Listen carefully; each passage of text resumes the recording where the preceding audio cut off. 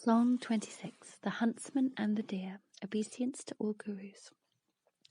Having directed his disciple to remain at different hermitages for their devotions, Milarepa went to a secluded place at Nishan-Gyuda mountain, on the border between Nepal and Tibet. The upper slopes were very rugged, cloudy, foggy, and continuously deluged with rain. To the right of the mountain towards a precipitous hill, where one could always hear the cries of wild animals and watch vultures hovering above. To its left stood a hill clothed with soft, luxuriant meadows, where deer and antelopes played. Below there was a luxurious forest with all kinds of trees and flowers, and within which lived many monkeys, peacocks, turkeys, and other beautiful birds. The monkeys amused themselves by swinging and leaping among the trees. The birds darted here and there with a great display of wing, while warblers chirped and sang. In front of the hermitage flowed a stream, fed by melting snow, and filled with rocks and boulders. A fresh, clear, bubbling sound could always be heard as one passed by. This hermitage was called Gadaya, and it was a very quiet and delightful place, with every favourable condition for devotees. So it was here that Milarepa indulged in the river flow samadhi, while all the benevolent local deities rendered him services and oblations. One day Milarepa heard a dog barking in the distance. After that a great noise arose. He thought, hitherto this place has been very favourable for meditation. Is some disturbance on the way? So he left the cave, came to a huge rock and sat upon it, absorbed in the compassion of non-discrimination. Before long a black, many-spotted deer ran up, badly frightened. Seeing this, an unbearable compassion arose within the Jetson. He thought, it is because of the evil karmas this deer has acquired in the past that he was born in such a pitiable form. Though he has not committed any sinful deeds in this life, he must still undergo great suffering. What a pity! I shall preach to him the Dharma of Mahayana and lead him to eternal bliss. Thinking thus, he sang to the deer. I bow down at the feet of Marpa. Pray relieve the sufferings of all beings. Listen to me, you deer with sharp antlers. Because you want to escape from something in the outer world, you have no chance to free yourself from inner blindness and delusions. With no regret or sadness, forget your mind and outer body. The time has come for you to renounce all blindness and delusion. The ripening karma is fearful and compelling, but how can you escape from it? By fleeing with your delusory body. If escape is what you want, hide within mind essence. If you want to run away, flee to the place of Bodhi. There is no other place of safe refuge. Uprooting all confusion from your mind, stay with me here in rest and quiet. At this very moment the fear of death is full upon you. You are thinking safety lies on the far side of the hill. If I stay here I shall be caught. This fear and hope is why you wander in samsara. I shall now teach you the 6 yogas of Naropa and set you to practicing the Mahamudra. Thus he sang in a tuneful voice like that of the god Brahma. Had there been anyone to hear, he could not have helped feeling charmed and delighted. Affected by the Jetson's compassion, the deer was relieved from its painful fear of capture. With tears streaming from its eyes, it came near to Milarepa, licked his clothes, and then lay down at his left side. He thought this deer must be hunted by a ferocious dog, the one whose barking I heard just now. As Milarepa was wondering what kind of a dog it could be, a red bitch with a black tail and a collar round her neck ran towards him. She was a hunting dog, such a savage and fearful creature that her tongue was hanging out like a blazing ribbon, while the sharp claws on her feet could rend any prey, and her thundering growl was like thunder. Milarepa thought, it must be this bitch that has been chasing the deer. She is indeed ferocious. Full of anger, she regards whatever she sees as her enemy. It would be good if I could calm her and quench her hatred. Great pity for the bitch arose in him, and he sang with great compassion. I bow down at the feet of Marpa. I pray you pacify the hate of all beings. O you bitch with a wolf's face, listen to this song of Milarepa. Whatever you see, you deem it to be your foe. Your heart is full of hatred and ill thoughts. Because of your bad karma, you were born a bitch, ever suffering from hunger and agonized by passion. If you do not try to catch the self-mind within, what good is it to catch prey outside? The time has come for you to capture your self-mind. Now is the time to renounce your fury, and with me sit here restfully. Your mind is full of greed and anger, thinking if I go that way I shall lose him, but I will catch him if I go forward on this side. This hope and fear is why you wander in samsara. I shall now teach you the 6 yogas of Naropa and set you to practicing the Mahamudra. Hearing the song of Dharma sung in a heavenly voice, and with immense compassion, the bitch was greatly moved, and her fury subsided. She then made signs to the Jetson by whining, wagging her tail, and licking his clothes. Then she put her muzzle under her 2 front paws and prostrated herself before him. Tears fell from her eyes, and she lay down peacefully with the deer. Milarepa thought, there must be a sinful person who is following these 2 animals. He will probably be here any moment. Before long a man appeared, looking very proud and violent. From under his lashes his eyes glared fiercely. His hair was knotted on the top of his head, and his long sleeve flapped from side to side as he ran towards the Jetson. In one hand he held a bow and arrow, in the other a long lasso for catching game. As she dashed up, one could hear his breath coming in, suffocating gasps, and see streams of sweat pouring down his face and almost choking him to death. When he saw the Jetson with the bitch and deer lying beside him, like a mother with her sons, he thought, "Are the deer and my bitch both bewitched by this yogi?" He then cried angrily to Milarepa, "You fat, greasy reppers and yogis, I see you here, there, and everywhere. High in the mountain snows you come to kill game, low on lake shores you come to hook fish, on the plains you visit towns to trade in dogs and fight with people. It does not matter if 1 or 2 like you die. You may have the power of keeping my bitch and my deer, but now see whether your clothes can also keep out my arrow." So saying, the hunter drew his long bow, aimed at Milarepa and shot, but the arrow went high and missed. The Jetson thought, if even ignorant animals understand my preaching, he should be able to understand it too, for after all he is a man. So he said, "You need not hurry to shoot me, as you will have plenty of time to do so later. Take your time and listen to my song." Whereupon, in a tuneful voice like that of the god Brahma, the Jetson sang to the hunter, whose name was Chihuahua Gumbo Dorje. "I pray to all accomplished beings. I pray you to extinguish the 5 poisonous glaciers. You, man with a human body but a demon's face, listen to me. Listen to the song of Milarepa. Men say the human body is most precious, like a gem. There is nothing that is precious about you. You sinful man with a demon's look, though you desire the pleasures of this life, because of your sins you will never gain them. But if you renounce desires within, you will win the great accomplishment. It is difficult to conquer oneself while vanquishing the outer world. Conquer now your own self-mind. To slay this deer will never please you. But if you kill the 5 poisons within, all your wishes will be fulfilled. If one tries to vanquish foes in the outer world, they increase in greater measure. If one conquers his self-mind within, all his foes soon disappear. Do not spread into your life committing sinful deeds. It is good for you to practice holy Dharma. I shall now teach you the 6 yogas of Naropa and set you practicing the Mahamudra." While the Jetson was singing this, the hunter waited and listened. He thought, there is nothing to prove that what this yogi has just said is true. Usually a deer is very frightened, and my bitch very wild and savage. Today, however, they lie peacefully together, one on his left and the other on his right, like a mother with her sons. Hitherto I have never missed a shot during my winter hunting in the snow mountains, but today I could not hit him. He must be a black magician or a very great and unusual lama. I will find out how he lives.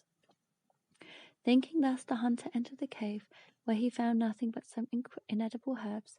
Seeing such evidence of austerity, a great faith suddenly arose within him. He said, "Revered Lama, who is your guru, and what teachings do you practice? Where did you come from? Who is your companion, and what do you own? If I am acceptable to you, I should like to be your servant. Also, I will offer you the life of this deer." Milarepa replied, "I shall tell you of my companion, from whence I come and how I live. If you can follow my way of life, you may come with me." And he sang to Chihuahua Gumba Dorje, "The Lamas Tilopa, Naropa, and Marpa, these 3 are my gurus. If you they satisfy, you may come with me. The Guru, the Yidam, and the Dakini, to these 3 Mila pays his homage. If you they satisfy, you may come with me.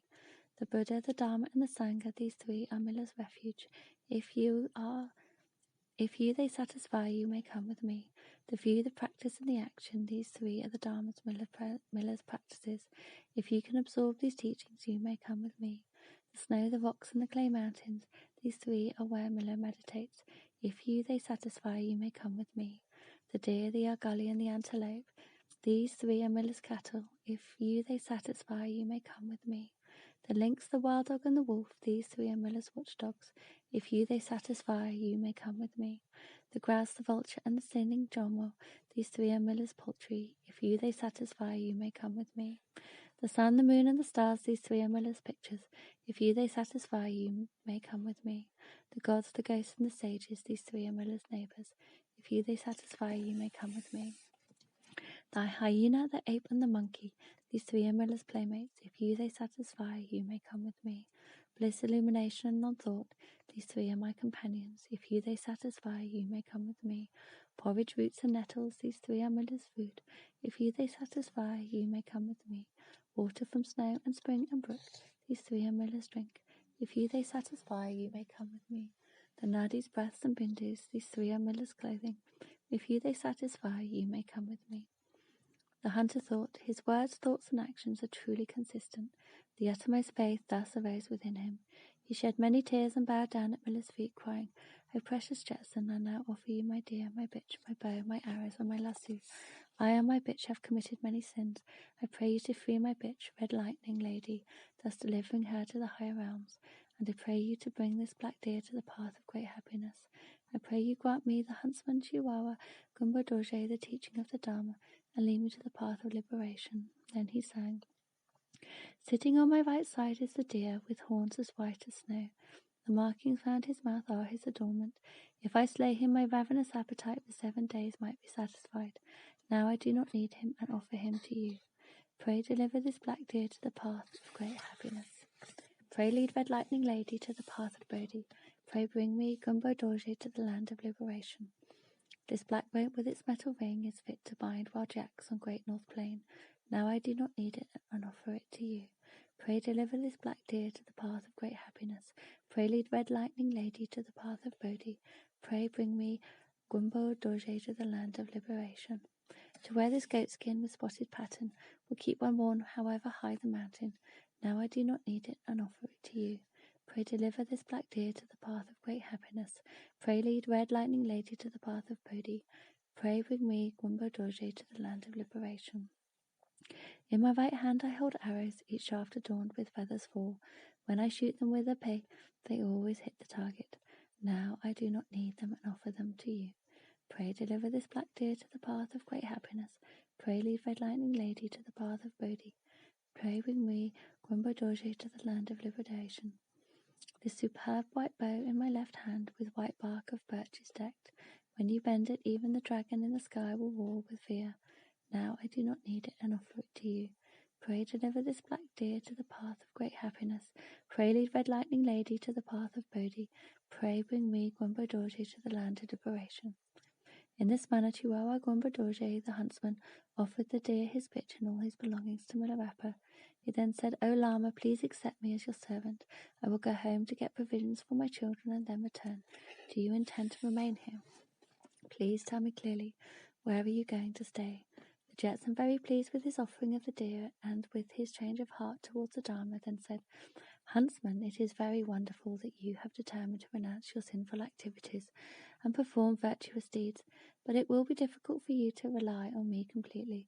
Though you may have confidence in me, it will be difficult for you to find me, because I have no permanent residence. Nevertheless, if you want to practice the Dharma, you should cut off all attachments to your family and follow my example at once. I will tell you why I have no definite dwelling place, so listen to my song. I, the strange rapper in my hermitage, for 3 months in the summer, meditate on the snow mountain that refreshes body, mind, and inspiration. For 3 months in the autumn I go out for alms, begging grain for sustenance. For 3 months in the winter I meditate in forests, and so am free from bad and untamed pranas. For 3 months in the spring I haunt meadows, hills, and brooks, keeping in good health my lungs and gall. In all seasons of the year I meditate without distraction. Our bodies formed from the 4 elements are subject to affliction and decay. Ever must one watch and meditate. This is the only way to conquer the 5 kleshas. I eat whatever food is there. This is the way to be content. To quench desires and their consequences, the sign of the great diligence of yogis, is their constant practice of the Dharma. The huntsman then said, A Lama like you is indeed marvellous and unique. From the bottom of my heart I want to practice the Dharma. I am going home to say a few words to my family and also to get some provisions with which to sustain my devotion. I will soon be back. Please remain here until then. The Jetson replied, "If you really want to practice Dharma, there is no need to see your family. Following the ascetic way of practice, one does not have to look for provisions for his devotion, because he can live on fruits and vegetables. No one can be sure when death will come. Besides, your present meritorious thought and earnestness may change, so it is better to stay here. Listen to me before you talk with your family." And Milarepa sang, "Hearken, hearken, huntsman! Though the thunder crashes, it is but empty sound. Though the rainbow is richly coloured, it will soon fade away. The pleasures of this world are like dream visions. Though one enjoy them, they are the source of sin. Though all we may see to be eternal, it soon will fall to pieces and will disappear. Yesterday perhaps one had had enough or more. Today it is all gone and nothing's left. Last year one was alive, this year one dies. Good food turns out to be poisonous, and the beloved companion turns into a foe. Harsh words and complaints requite goodwill and gratitude. Your sins hurt no one but yourself. Among 100 heads you value most your own.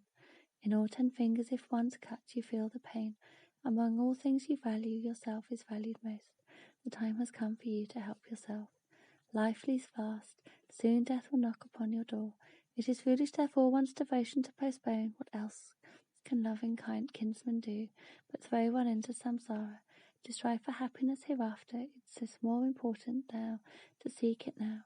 The time has come for you to rely on a guru. The time has come to practice Dharma." Hearing this song, Chihuahua Gumba Dorje was completely converted to the Dharma.